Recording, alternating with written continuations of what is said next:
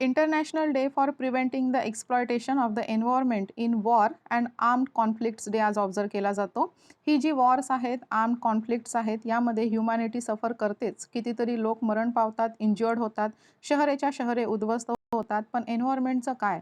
नद्या, समुद्र, पाण्याचे स्रोत पोल्यूट होतात, पिकं जाळली जातात, फॉरेस्ट्स कट केली जातात आणि जी आपली जमीन आहे, सॉईल आहे, ती विषारी बनत जाते.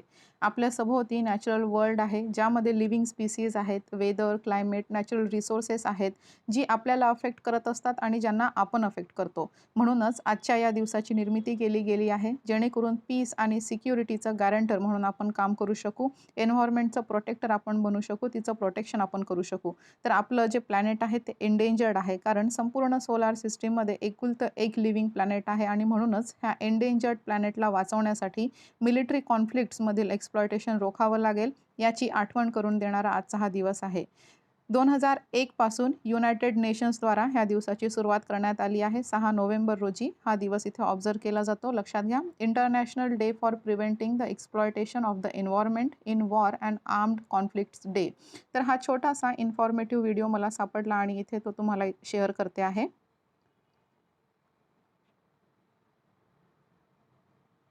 नमस्कार and welcome back to the channel crack UPSC with Ashwini. आज आहे 6 नोव्हेंबर 2022 रविवार आणि आजच्या द हिंदू न्यूजपेपर अनालिसिसला आपण इथे सुरुवात करत आहोत. नेहमी जे आपलं न्यूज डिस्कशन असतं ते सुरू करण्यापूर्वी एक मॅप बेस्ड क्वेश्चन आपण पाहत असतो. जी लोकेशन चर्चेत असते त्याबाबत थोडंसं डिस्कशन आपण इथे करत असतो आणि टुडे स्पेशल काय आहे तेही जाणून घेत असतो. तर टुडे स्पेशल आपण पाहून घेतलेलंच आहे 6 नोव्हेंबर रोजी, जो international day for preventing the exploitation of the environment in war and armed conflicts day observe केला जातो. तो आपण पाहिलेलाच आहे. पण आजचं जे मॅप बेस्ड क्वेश्चन आहे ते राहिलं आहे, ते थोडक्यात डिस्कस करूया आणि त्यानंतर एक छोटीशी न्यूज आपल्याकडे इथे येते. काय सांगितलेलं आहे, NHRCने जे डेली चीफ सेक्रेटरी आहेत आणि कमिशनर ऑफ पोलीस आहेत त्यांना नोटीस दिला आहे. कारण काय, तर द्वारकामधील जे शेल्टर होम आहे तिथून 5 उझबेक महिला मिसिंग आहेत आणि त्याच्यासाठीच हे नोटीस आपल्याला पाहता येईल. तर हे जाणून घेण्यापूर्वी आणि यामध्ये महत्त्वाचं आपल्याला जाणून घ्यायचं आहे ते म्हणजे NHRC national human right commission. तर ह्याबाबत इथे जाणून घेणार आहोत. तर आपलं जे मॅप बेस्ड क्वेश्चन राहिलं आहे ते आधी पाहून घेऊयात. काय करायचं आहे, जगाचा नकाशा ओपन करायचा आहे आणि त्यामध्ये सुंडा स्ट्रेटचं लोकेशन शोधून काढायचं आहे आणि ते खाली कॉमेंट सेक्शनमध्ये मेन्शन करायचं आहे. सुंडा स्ट्रेट, लक्षात घ्या ही लोकेशन सुंडा स्ट्रेट. तर हे जे इंडियन ओशन आहे किंवा जे इंडो पॅसिफिक ओशन आहे तेथे मलाबार एक्सरसाइज सुरू होती. मलाबार एक्सरसाइज जी क्वाड देशांमध्ये होत असते, इंडिया, ऑस्ट्रेलिया, जपान आणि युनायटेड स्टेट ह्या 4 देशांमध्ये होणारी ही एक्सरसाइज आहे. तर ही एक्सरसाइज सुरू असताना ह्या स्ट्रेटमधून चायनीज वेसल युआन वांग 6 ने इथून एंट्री घेतली. ठीक आहे, ही एक रिसर्च वेसल आहे चायनाची. युआन वांग 6 तिने ह्या सुंडा स्ट्रेटमधून इंडियन ओशनमध्ये एंटर केलं आणि त्यानंतर ही जी लोकेशन आहे ती खूप चर्चेत आली आहे, त्यामुळे आपल्याला माहिती असणे आवश्यक आहे. तर आपलं जे मॅप बेस्ड क्वेश्चन आहे ते पाहून घेतलं आहे आणि आपलं जे टुडे स्पेशल आहे तेही आपण पाहिलेलं आहे. थेट वळूया न्यूज डिस्कशनकडे. तर बघा, न्यूज काय आहे ते आपण डिस्कस केलेलंच आहे. तर NHRC म्हणजे नेमकं काय ते पाहून घेऊयात. GS पेपर 2चं स्टॅच्युटरी बॉडीशी हे आपल्याला रिलेट करता येईल. तर ही जी कमिशन आहे ती जाणून घेण्यापूर्वी ज्या बेसिसवरती कार्य करत असते, ज्याच्यासाठी ती कार्य करत असते ते पाहून घ्यावं लागेल. म्हणजेच काय, तर ह्युमन राईट्स म्हणजे नेमकं काय ते पाहून घेऊयात. त्यानंतर ह्युमन राईट्स कमिशन काय आहे ते पाहणार आहोत.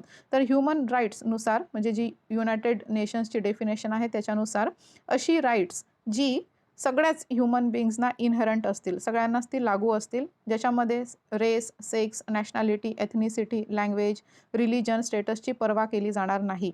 ज्यामध्ये राईट टू लाईफ आहे, लिबर्टी आहे, जे स्लेवरी आणि टॉर्चरपासून फ्रीडमचं राईट आहे, त्यानंतर ओपिनियन आणि एक्सप्रेशनचं फ्रीडम आहे, right to work and education आहे. तर इत्यादी राईट्सचा इथे समावेश आपल्याला पाहायला मिळेल. कुठल्याही डिस्क्रिमिनेशनच्या शिवाय सगळ्यांनाच एंटायटल्ड असणारी ही ह्युमन राईट्स आपल्याला पाहता येतील. त्यानंतर ह्युमन राईट्स आपण पाहिली. त्याच्यानंतर ह्या राईट्ससाठी काम करणारी कमिशन म्हणजेच नॅशनल ह्युमन राईट कमिशन काय आहे ते पाहूयात. Protection of human rights act 1993 च्यानुसार 12 ऑक्टोबर 1993 रोजी ह्या इंडिपेंडंट स्टॅच्युटरी बॉडीची स्थापना झाली.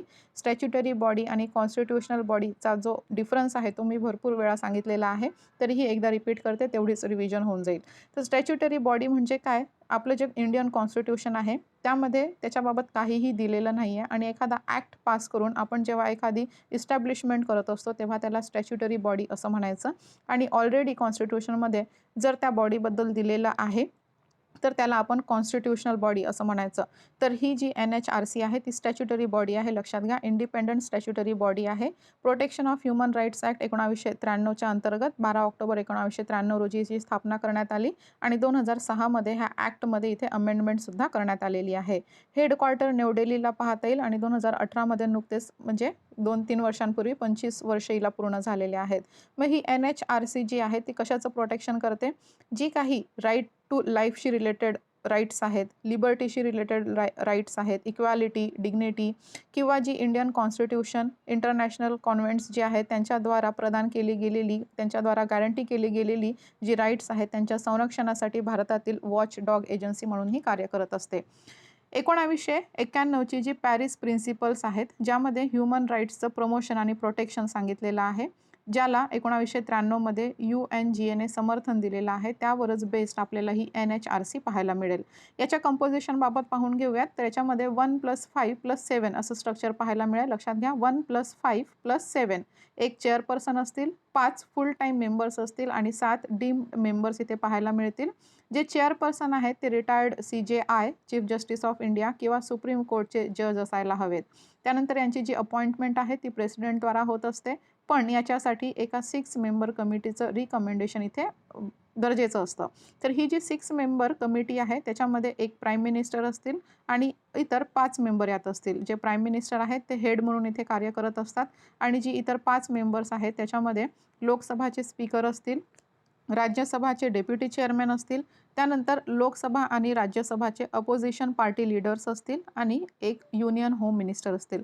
लक्षात घ्या, जे लोकसभाचे स्पीकर, त्यानंतर राज्यसभाचे डेप्युटी चेअरमॅन, लोकसभाचे अपोजिशन पार्टी लीडर, राज्यसभाचे अपोजिशन पार्टी लीडर आणि युनियन होम मिनिस्टर आणि ह्या सगळ्यांना लीड करणारे, हेड करणारे ते असतील प्राईम मिनिस्टर. ही झाली 6 मेंबर कमिटी. यांच्या रिकमेंडेशन्सनुसार प्रेसिडेंट हे जे कंपोजिशन आपण पाहिलं 1+5+7 म्हणजे NHRCचं जे कंपोजिशन आहे ते इथे नियुक्त करत असतं. त्यानंतर यांच्या टेन्युअरबाबत पाहून घेऊयात. 3 वर्ष किंवा 70 वर्ष यापैकी जे लवकर होईल त्याचं टेन्युअर गृहीत धरलं जातं. एकतर 3 वर्ष नियुक्ती झाल्यापासून 3 वर्षांपर्यंत किंवा त्यांचं जे वय आहे चेअरपर्सन किंवा मेंबर्सचं वय 70 वर्षे होईपर्यंत यांचं टेन्युअर पाहिलं जाईल. त्यानंतर यांचं रिमूव्हलसुद्धा करू शकतात प्रेसिडेंट, पण त्याच्यासाठी ग्राउंड लागतो, तो म्हणजे मिसबिहेवियर किंवा इनकपॅसिटीचं. याच्यामध्ये 5 स्पेशलाइज्ड डिव्हिजनसुद्धा आहेत. Law division, investigation division, policy research and programmes division, training division आणि ॲडमिनिस्ट्रेशन डिव्हिजन्स अशी 5 स्पेशलाइज्ड डिव्हिजन्स आपण पाहिली आहेत. त्यानंतर रोल आणि की फंक्शन्समध्ये बोलायचं झाल्यास यांची जी पॉवर्स आहेत ती सिव्हिल कोडप्रमाणे असतील आणि यांची प्रोसिडिंग्स ज्युडिशियल कॅरेक्टरसारखी असतात. ह्युमन राईट्सचं व्हायोलेशन करणारी सगळी केसेस हँडल करण्याचं काम ही NHRC करत असते.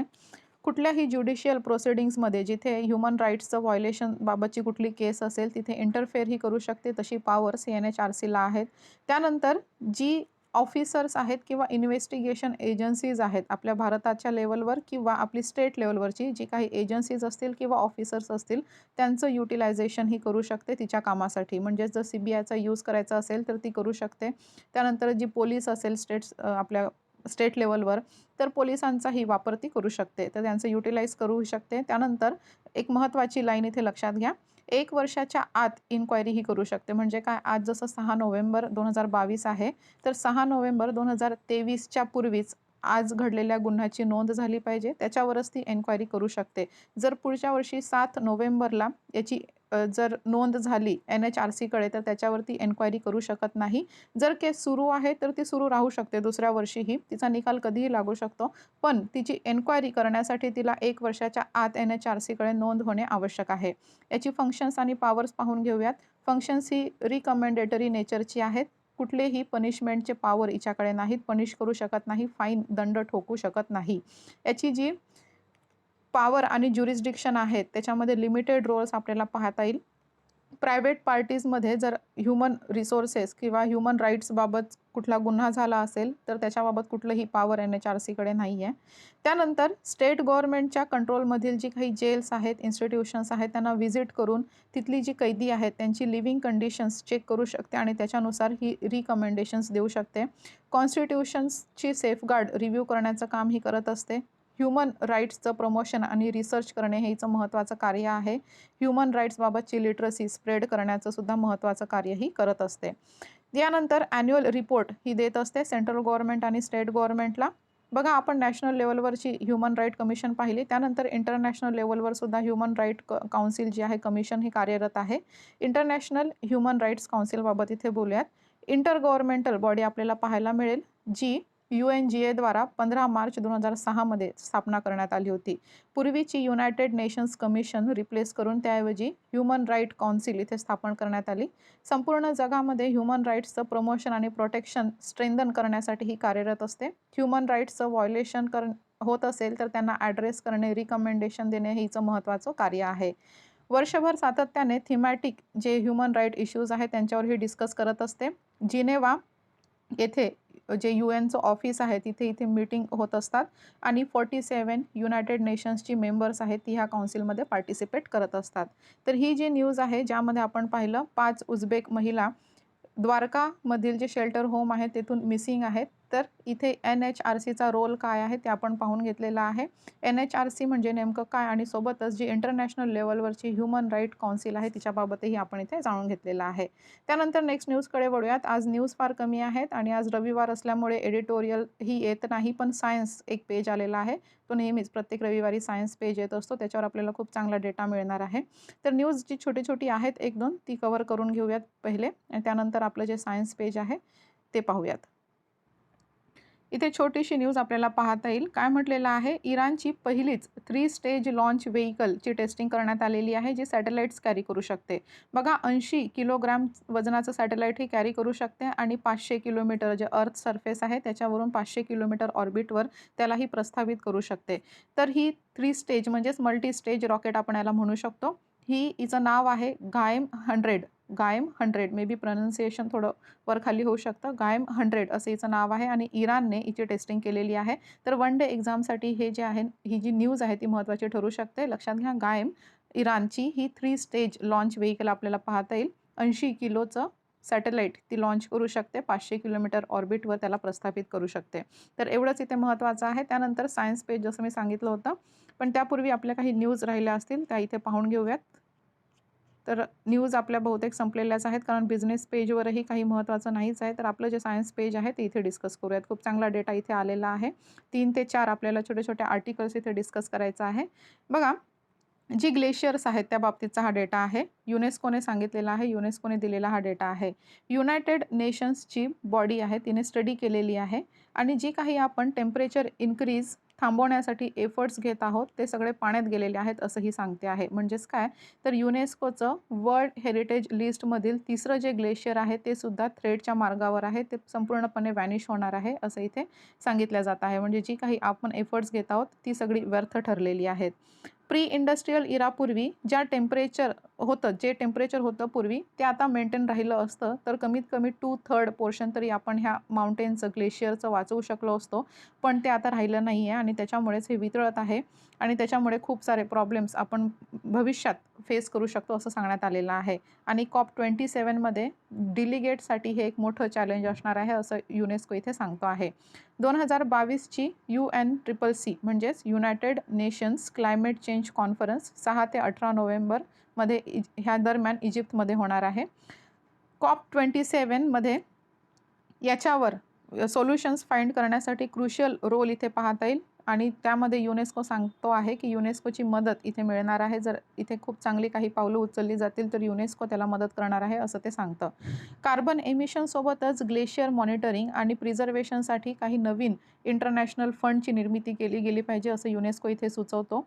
आणि हे फंड जे आहे ते कॉम्प्रेहेन्सिव्ह रिसर्च, एक्सचेंज नेटवर्क, चांगलं एक्सचेंज नेटवर्क आणि अर्ली वॉर्निंग इम्प्लिमेंटेशनसाठी उपयोगात आणणार आहे. सोबतच जे काही डिझास्टर रिस्क मेजरमेंट्स आहेत त्यांच्यासाठी हे फंड उपयोगात आणलं जाणार आहे. जी जगाची लोकसंख्या आहे त्याच्यापैकी अर्धी लोकसंख्या डिरेक्टली किंवा इनडिरेक्टली ही जी ग्लेशियर्स आहे त्यांच्यावर अवलंबून आहे. ती कशी, तर बघा, वॉटर सोर्सेससाठी यांचा खूप मोठा आपल्याला वापर होत असतो. मग त्यामध्ये डोमेस्टिक वॉटर यूज आहे, ॲग्रिकल्चरल यूज आहे, तर वॉटर सोर्सेससाठी त्याच्यावर डिपेंडंट आहे.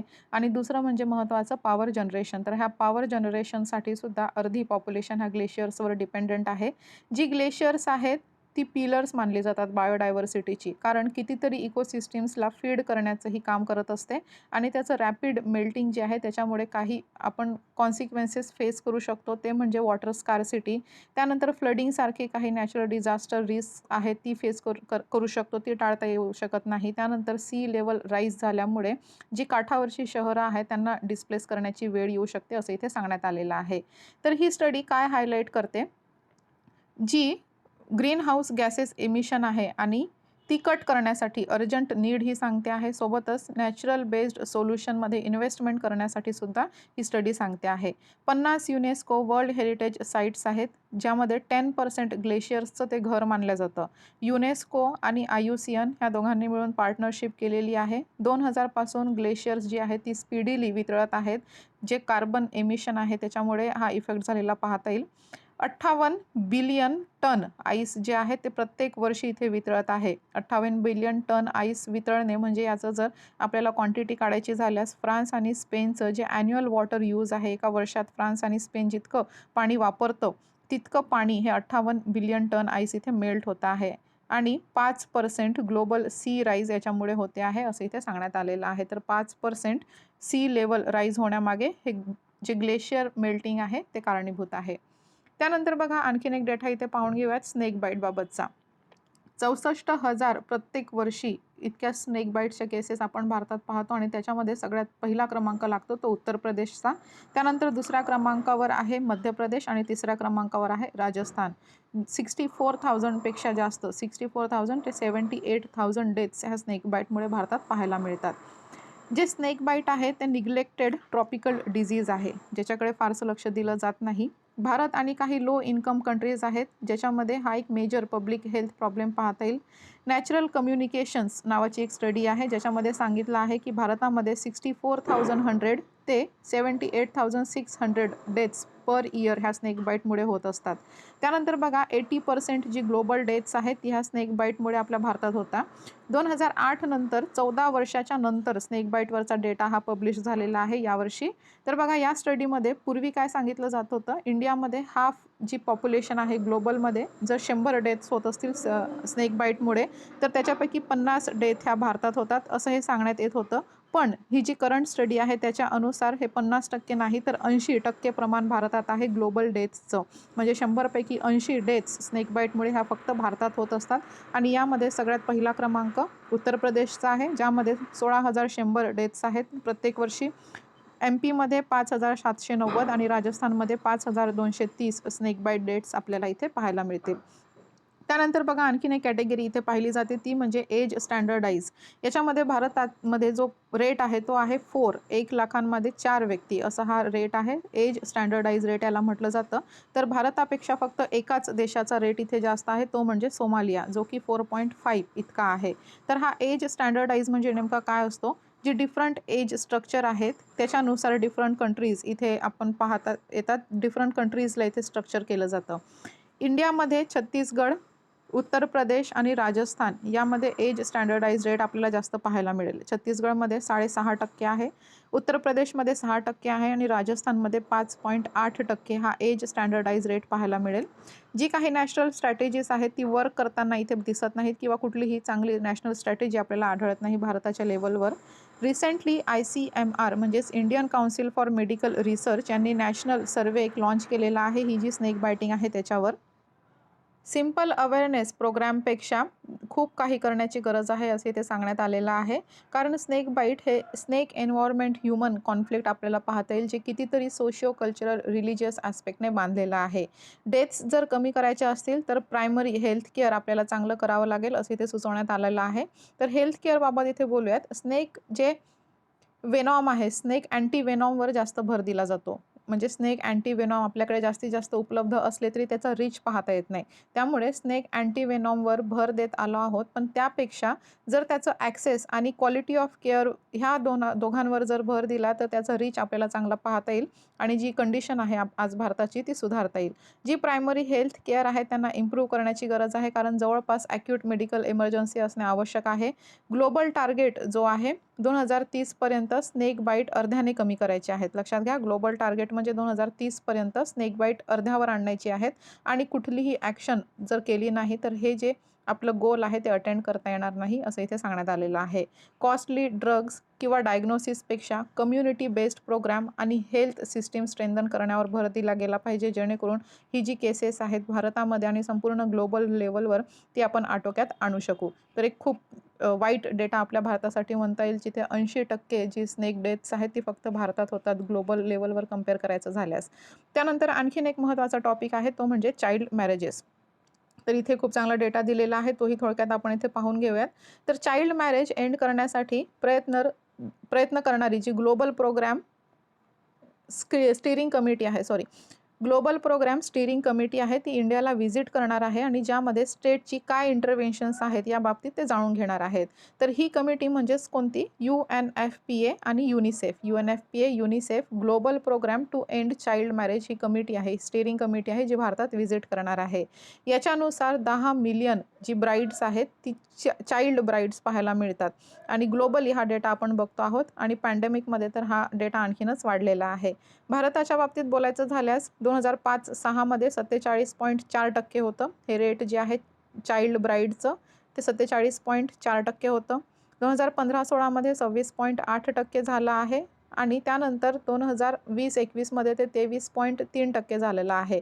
म्हणजे काय, 21 वर्षांचा डीप आपण 2005-06, 15-16च्या दरम्यान पाहिला आणि त्यानंतर 15-16च्या नंतर 5 वर्षात आपण 3.5% डीप पाहिलेला आहे आणि आता सध्या 2020-21चा डेटा आपल्याकडे आहे, जो नॅशनल फॅमिली हेल्थ सर्वे 5चा डेटा आहे. त्याच्यामध्ये 23.3% आपण चाइल्ड मॅरेजचं इथे आपण आकडा पाहिलेला आहे. त्यानंतर आपण इथे वेगवेगळ्या लेवलवर डेटा पाहून घेणार आहोत, वर्ल्ड लेवलवर, त्यानंतर इंडियाच्या लेवलवर आणि त्यानंतर स्टेट लेवलवर डेटा पाहायचा आहे. तिघांनाही इथे कम्पेअर करणार आहोत. तर वर्ल्ड बाबतचा डेटा पाहून घेऊयात. युनिसेफ काय म्हणतं आहे, हे आपलं जे SDG आहे 2030, ज्याच्यामध्ये आपल्याला जे ठरवून दिलेले गोल्स आहेत ते साध्य करायचे आहेत. तर युनिसेफच्या म्हणण्यानुसार जे आपलं SDG 2030 आहे त्याला ॲक्सेलरेट केल्यामुळे 12 मिलियन प्रतिवर्ष इतक्या मुली आपल्याला गर्ल ज्या ब्राईड आहेत त्या पाहायला मिळतात आणि जर हे आपल्याकडे SDG नसेल तर हा आकडा 150 मिलियनपेक्षाही जास्त जाऊ शकतो, असं ते म्हणतात.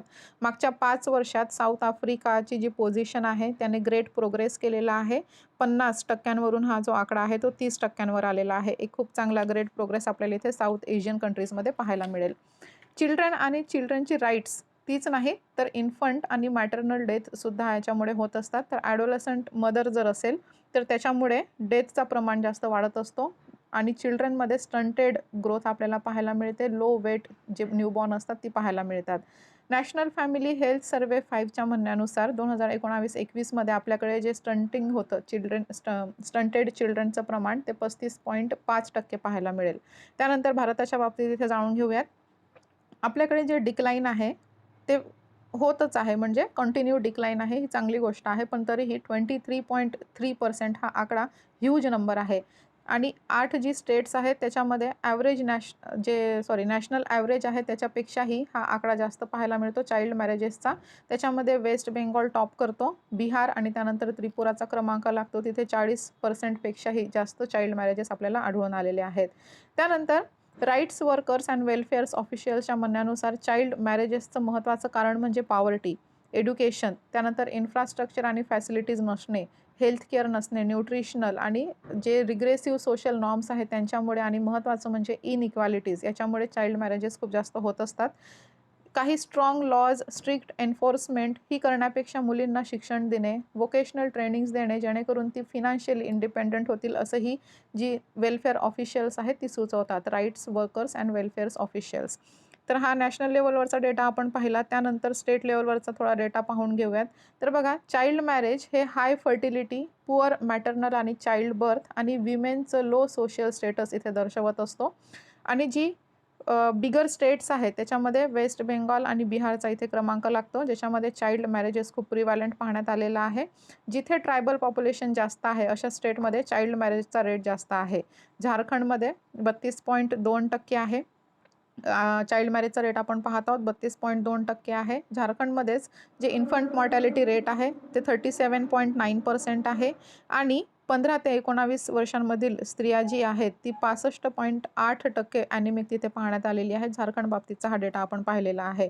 त्यानंतर आसाममध्ये सुद्धा चाइल्ड मॅरेज जे आहे ते अतिशय प्रिव्हॅलंट इथे पाहण्यात आलेलं आहे. त्यानंतर मध्य प्रदेश, राजस्थान आणि हरियाणा यामध्ये चाइल्ड मॅरेजेसमध्ये रिडक्शन आलेलं आहे. काही स्टेट्स आहेत जी जस्ट नॅशनल ॲव्हरेजच्या खाली आहेत, ज्यामध्ये ओडिशा आहे 20.5% जिथे चाइल्ड मॅरेजेस आहेत. ओडिशामध्ये 20.5%. ज्या राज्यांमध्ये हाय लिटरसी लेवल आहे आणि बेटर हेल्थ आहे त्या राज्यांचा स्कोअर चांगला आलेला आहे. तिथे आपल्याला चाइल्ड मॅरेजेस फार कमी पाहायला मिळतात. त्यामध्ये केरळचं एक्झाम्पल पाहता येईल. तिथे फक्त 6.3%, तर तामिळनाडूमध्ये 12.8% इथे चाइल्ड मॅरेजेस आहेत. त्यानंतर बघा, जी लॉज आहेत किंवा इंटरव्हेन्शन्स आहेत, पॉलिसी इंटरव्हेन्शन्स, त्याबाबत इथे बोललेलं आहे.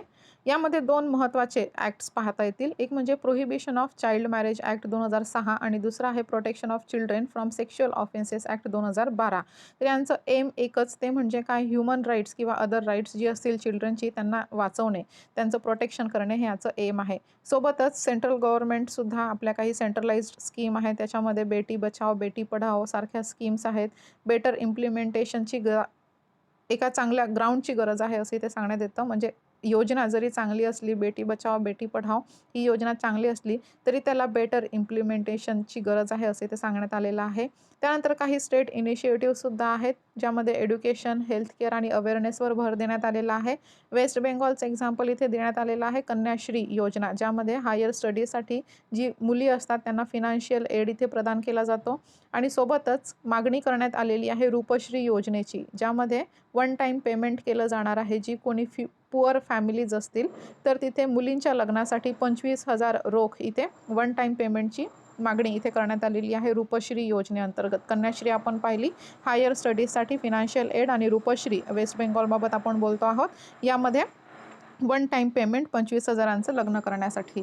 त्यानंतर बिहार आणि इतर काही स्टेट्समध्ये सायकल स्कीम योजनासुद्धा आणण्यात आलेली आहे, जेणेकरून जे शाळेत जाण्यासाठी एक सेफ त्यांना मार्ग प्रोव्हाइड होऊ शकेल.